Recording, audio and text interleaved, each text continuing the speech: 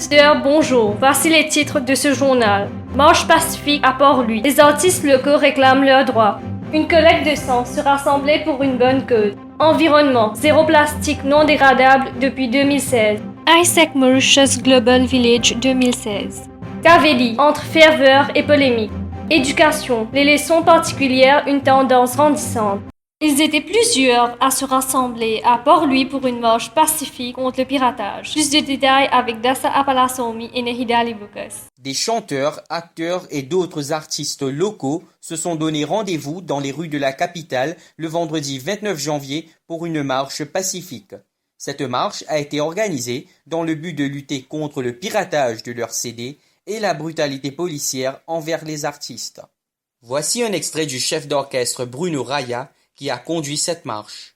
Fais une vision, si mon artiste arrête de créer la musique, arrête de faire la musique, ciné, mon artiste arrête de produire, qui peut arriver?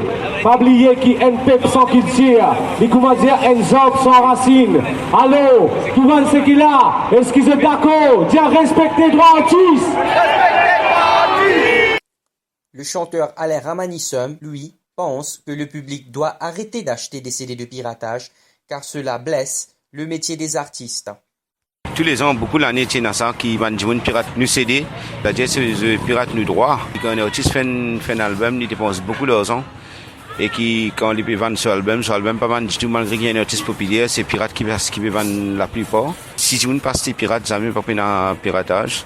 Et nous avons envie qu'on conscientise sur tout le monde public qui passe des pirates. Arrête d'acheter pirates parce qu'ils savent blesser le métier artiste. Le ministre des Arts et de la Culture, Dan Babou, était aussi présent. Il rassure le public que la Copyright Act va être la priorité pour la rentrée parlementaire. D'abord, priorité c'est copyright et il est suivi par la masse. La ministre de l'Égalité du genre, Aurore Joyce Perrault, était également présente à cet événement. Elle nous partage son avis. Depuis le 30 décembre, depuis qu'il y a eu l'incident, que les artistes ont été victimes, je suis aux côtés des artistes depuis ce jour. Jusqu'à aujourd'hui, je vais continuer à donner tout mon soutien pour lutter contre tout ce qui est situation d'injustice à l'île Maurice. Le Human Service Trust a organisé une collecte de sang ce dimanche 31 janvier à Rosebel. Un rituel qui se maintient depuis 10 ans. Compte rendu de Anjali Mahadeo. Le Human Service Trust organise ce collecte de sang depuis 10 ans et pense que c'est une bonne façon d'aider la société. Le président du Human Service Trust, M. Prakash Bisesar, nous explique plus sur cela. Pour le moment, au président Human Service Trust, depuis dizaines d'années, Human Service Trust organise une collecte du sang chaque janvier pour nous et le gouvernement. Collecte du sang parce que tous les jours, la banque du sang besoin beaucoup de sang. Parce que nous, l'hôpital, nous une clinique, besoin du sang tous les jours. La cause opération, la cause dialyse, la cause accident. ONG comme Human Services et le gouvernement fait ça, l'événement-là. Anushka Bogalou nous dévoile ce qu'elle a vécu pendant ce grand événement. Elle, qui a donné son sang pour la première fois, nous récite son expérience. C'est vraiment une expérience extraordinaire. Pour la première fois, je me dis ça. C'est qui me pousse moi pour faire ça. C'est vraiment pour aider Bandi Moun qui dans la peine, vraiment malade, pas connaître comment je peux soigner eux. Peut-être que me dis ça, il peut ça pour la vie des enfants, des parents ou même une personne âgée. Je pense que tout le monde nous donne 10 ans parce que nous pas connaître que ça a servi nous. Annoncé il y a plus de 6 mois par le ministre de l'Environnement Raj Dayal, l'interdiction des sacs en plastique a été mise en vigueur ce 1er janvier 2016. Ils sont souvent responsables des drains bouchés et affectent énormément les espèces marines. Propos recueillis par Jaya Bhajan et Zaina Pirali. En effet, il est formellement interdit de commercialiser ou d'emballer des produits dans des sacs en plastique. Seuls ceux utilisés pour des besoins hygiéniques, les sacs poubelles, les sacs transparents pour emballer des aliments frais ou congelés, ou d'autres contenant des grains secs, ainsi que les sacs biodégradables sont autorisés. Les commerçants et les maraîchers ont eu beaucoup de temps pour se préparer à d'autres alternatives que le plastique. Parmi Navin, marchand de Rosebel, pense que c'est une bonne décision du gouvernement. C'est un sac plastique, vraiment, il coûte nous, disons, 50 roupies, 100 pièces. Pour un mauvais yaourt, 3500, je dois trouver à la fin du mois. Bon, vraiment, c'est tout à l'argent parce que c'est un sac plastique. C'est pour moi, bon, le marchand, on trouve lui bon pour moi. Il a mon avantage. Juste un mercredi, un seul client qui dit moi, bien pour l'amour, pour l'été, tout ensemble, pour l'amour pour gazer. Je dis, moi, madame, vous amènez nous sacs venir, parce que ça l'a passé depuis 2 mois, 3 mois, c'est là. Dans les supermarchés, les consommateurs achètent des sacs en matière tissu qui sont mis en vente et d'autres préfèrent transporter leurs produits dans des boîtes à carton. Madame Bangui, gestionnaire du supermarché Dream Price, décrit le comportement des clients. Et non, je peux trouver ça un peu difficile de chaque fois, je peux finir d'oublier même pour même ça. Chaque fois, je peux venir installer ça. Nous payons en boîte aussi, nous payons des produits, nous payons dans une boîte. Les clients ne sont pas toujours payés même. Pourtant, des roupies 30, je dis, nous payons aucun autre. Je ne pas payer, je dis, nous avons besoin d'un autre cadeau à ça. Mais seulement, c'est le gouvernement qui nous fixe, qui a besoin de vendre de nous. Pour nous, nous ne pas faire aucune chose. La loi gouvernement, c'est qui dit ça même. Commerçants et consommateurs sont tous les deux concernés par cette décision prise pour un meilleur environnement à Maurice. Il y a une très bonne mesure et c'est vrai que le plastique peut polluer trop beaucoup. Si nous tous reconnaissons Maurice très sale, d'accord, il y a un touriste qui dit Maurice qui dit que Maurice pas sale. Donc vous avez fait un petit effort, malgré les demandes, nous un petit effort en plus. C'est ajustement. C'est le petit problème, nous pouvons penser comment pour poubelle, lining dans poubelle, comment nous pouvons débrouiller. Pour que vous allez à la poubelle plus souvent. Et si on a loin de passer, pensez nous tous à coopérer. Isaac Mauritius, ayant pour but d'encourager l'engagement des jeunes dans des projets sociaux, a organisé le samedi 23 janvier le Global Village 2016 au Codon Waterfront. Un reportage de Dassa Apalasomi et Alban Spiravadren. Renforcer les liens entre pays à travers la culture. Tel était l'objectif du Global Village 2016 organisé par l'Isaac Mauritius ce samedi 23 janvier au Codon Waterfront. Chansons, danse du dragon et chorégraphie collective, entre autres, étaient au programme.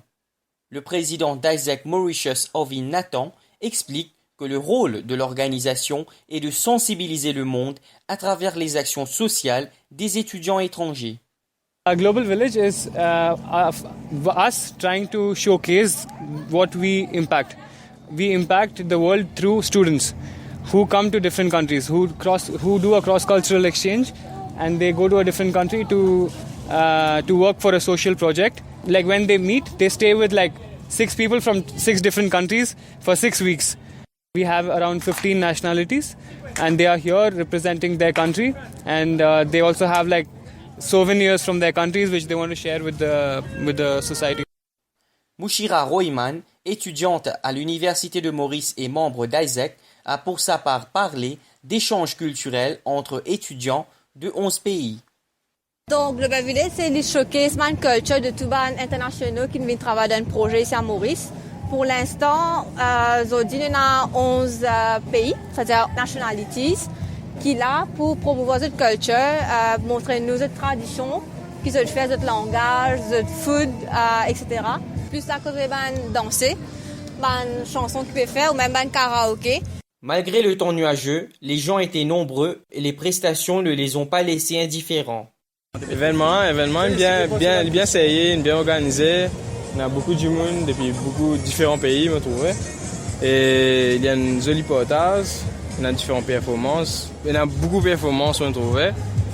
Je suis content qu'il y ait samedi, je peux sortir, je peux gagner une animation comme ça, je peux venir guetter, je peux venir goûter notre plat, je peux goûter parce qu'à chaque fois, il y a quelque chose de différent. Le Thaipusam Kavedi a été célébré le dimanche 24 janvier au Minachi Miriamenkoville, plus connu comme le Kailas. Reportage réalisé par Sharon Sami et Shia Kitchenama.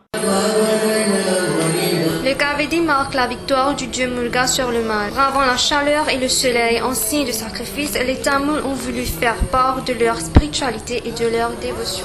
Le Thaipusam Kavedi pour nous, c'est nous célébrer victoire du dieu Muruga sur le démon Takasu. Pour le Kavedi, nous jeûnons pour 10 jours et pendant ces 10 jours, nous assistons à la prière grand matin et tantôt et nous pas consommer la chair et ni nous dormir le lit, nous dormir le manna. C'est un moment que nous concentrons plus sur notre propre spiritualité et là nous dévotion. C'est un moment que nous soumettons complètement à Dieu. Un dévot de la communauté tamoul nous explique que le Kavedi est un moment de sacrifice et de la spiritualité envers le dieu Muruga durant ces 10 jours de jeûne. Et Nadimoun God Karem Kabedi, c'est parce qu'ils ont fait une promesse à Dieu Moulouga. Le grand jour Kabedi, après qu'il finit faire procession vers le temple, le prêtre l'évite à Djilela lo Dieu Moulouga. Et ensuite, ça dévola, il porta sa Djilé qui restait là avec Manezo Djimoun. Il ne faut pas oublier que le Kabedi a été le sujet de polémique cette année. Jayom Venkatasamy, le président du Hindu Mahajana Sangam, nous donne son avis. Au fait, c'est une polémique parce que c'est une requête qui nous a envoyé à l'ancienne équipe fédération. C'est une réunion avant qui nous demande, puis